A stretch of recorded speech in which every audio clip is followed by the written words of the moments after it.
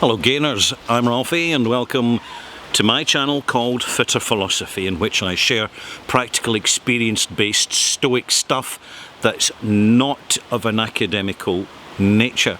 My topic today is knowing ourselves, and we can read all sorts of books about knowing ourselves.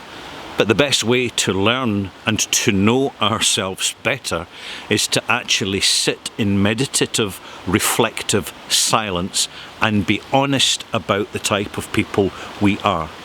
If we are extroverts, if we are outgoing, gregarious and love to be the heart and soul of the party, there's no point in us spending a whole load of time poring over books in a library working against our nature, trying to achieve things that are not suited to the type of people we are.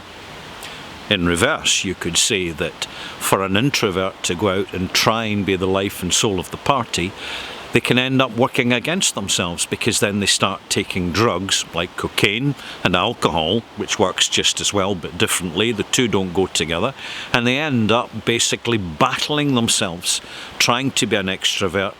It's not in their nature, they're more introvert, it's not working. And we take this for granted that we have a choice about the matter. But in fact, we are often, particularly when we're young, in denial of the volume and quantity of social pressure that tries to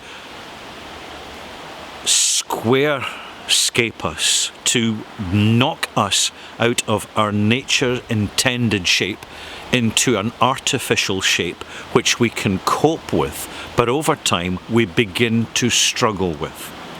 So it is important, particularly at this day and age of ease of access for information and for sharing of ideas and for sharing of experience out with an academic environment, that we take the opportunity early on at the beginning of life to really get to know ourselves better. Now, we'll never completely know ourselves. That can take decades, but it's good to have a head start so that when we do make mistakes in life, they're not bad mistakes. They're the sort of mistakes that can be rectified to a certain extent. But you will know, particularly when you look more closely around you, there are people whose lives have become a battleground, and it has exhausted them, and it may even send them to an early grave and destroy their health, no matter how much money they have or don't have. Because when we go through life not being ourselves and not being in touch with our true nature, a nature which is guided and disciplined by morality, not religious morality, but natural morality, the morality we see in Mother Nature. Because in wildlife, there's far more cooperation between species and beings going on than we ever get taught at school. And we've got to understand this. We've got to see the detail that's missing to us as we get chaperoned in life by the legacy media and the white noise of constant social conformity messaging around us.